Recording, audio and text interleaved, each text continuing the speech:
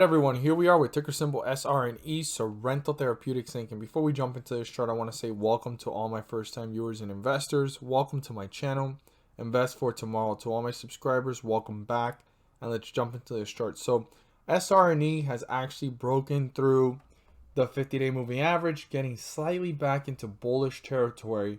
And it has done it several times on its way down, but it has not been able to hold itself up. This has been in a bearish trajectory for some time, and now we're going to look at our new support levels and resistance levels based off the chart. So our resistance level has been touched twice here in the last couple of hours and the whole entire day. So this resistance level is super important for tomorrow and the days to come. So the 50-day moving average is 706. As long as we're above it, the bulls are in control. The moment we're below it, the bears are in control.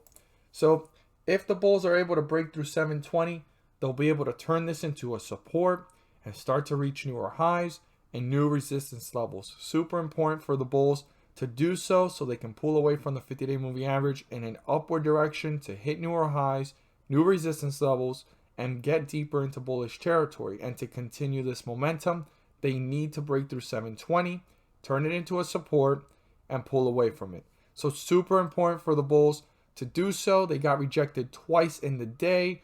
They're creeping back up towards it. They're currently at 715. They're going to want to break through 720 so that Sorrento Therapeutics SRNE stock can start to reach newer highs and get deeper into bullish territory. On the other hand, we have our support level. And if the bulls lose traction, the bears are first going to try to break through 706 to get into bearish territory.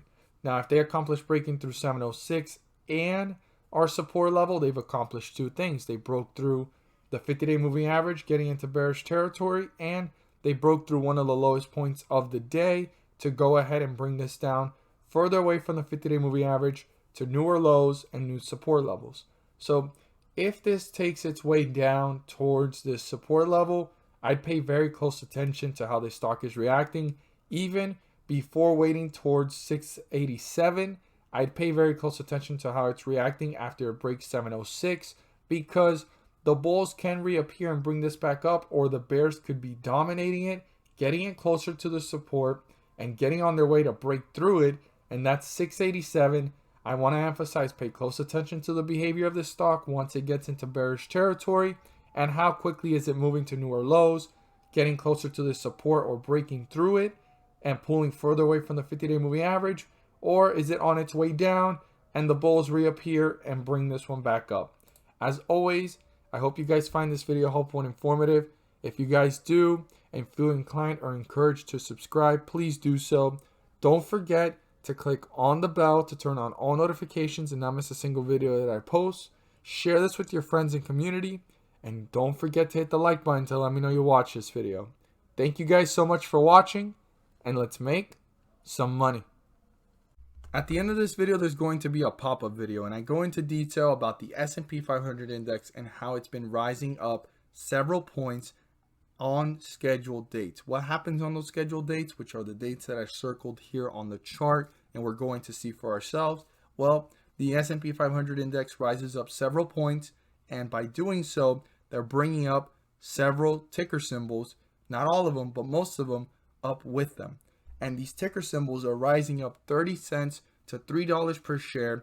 And I know it doesn't sound like a lot, but per share, that does add up. And one thing I am really big on is profits. If you put $1 into the market and you get out with $2, you've made profits. You've done what the whole purpose of being in the market is for, to maximize profits and minimize losses. And with the Federal Reserve pumping the markets on these scheduled dates, bringing the S&P 500 index up also brings up individual ticker symbols with them. And again, 30 cents to $3 may not sound like a lot of profit per share, but that does add up. And like I say, profits are profits. So we're going to look here at some of the dates so that you guys can see what I talk about in the video. And it's a weekly series. I wouldn't want you guys to miss out on it.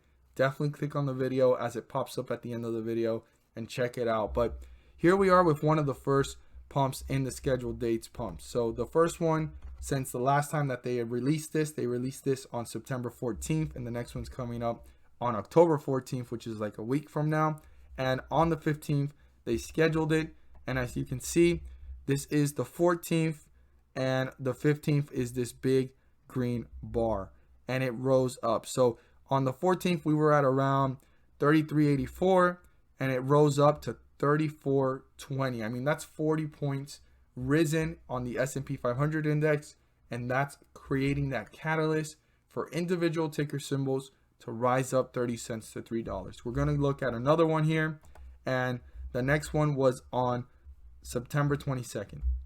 And here we are on the 21st after falling from that last pump, and the market had been falling, and you could see that there is volatility on every single day of the market before the dates of the pumps, but on the dates of the pumps are the days that the most green happens, for the most part. Not every time, but for the most part. But on the 21st, which was a Monday, it was rising up and it rose up to this point here, and the next one was the 22nd. So this is the last 21st candlestick, and this is the first 22nd candlesticks, and we were at 32.70. This one rose up all the way up here to this point right here. This was the last 22nd candlestick to 33.19. I mean, if we go back, we were at 32.70, 33.19. That's almost 50-point jump here for the S&P 500 index. And again, individual ticker symbols rose up with it, and it created that catalyst a little bit before the anticipation, and on that date it rose up. Now on this next pump, which was a little bit different, there was a catalyst formed beforehand, and it rose up to these highs on the 28th of about 33.59. It actually dipped on the date of the next pump, which we see it here, which was on the 29th of September, and the next one was on the 6th, which just happened yesterday, and it actually slightly dipped. Now, not every time is these pumps going to rise up the market like we've seen here by a lot of points, but it still rises it back up or levels it off from hitting newer lows and leveling off the market itself. Because if we look at the previous notes that I did beforehand, it was actually rising up with it. The volatility was there, but you were able to buy, like for example, how we bought here on the 15th and it rose up. Well, it's been falling and then very volatile here, up and down. Beforehand, you can buy at the beginning of the scheduled pump dates and hold a couple weeks and ride out several pumps, and you were going on your way up. But right now, even as the market's going down, it's a great opportunity to take advantage of the fact that the Federal Reserve is pumping the markets, and there's an opportunity to make profits. So here we are on the 29th, and it fell to lows of 33.28, and it rose up to these highs here of 33.49. I know it doesn't sound like a lot, but that's still a 20-point jump after dipping and recovering, and then it continued to work its way up to newer highs. Now here on the 6th, which on the 5th it started to rise, it leveled off. This is the last candlestick of the 5th coming up right now, and we're about to see it here.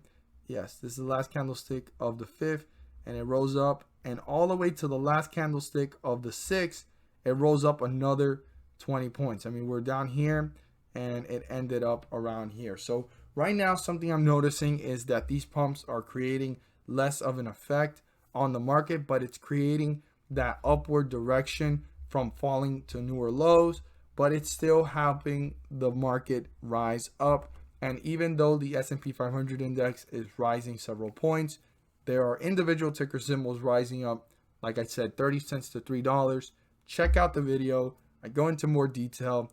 I don't want you guys to miss out on this great information. Click on it, and thank you guys so much for watching, and let's make some money.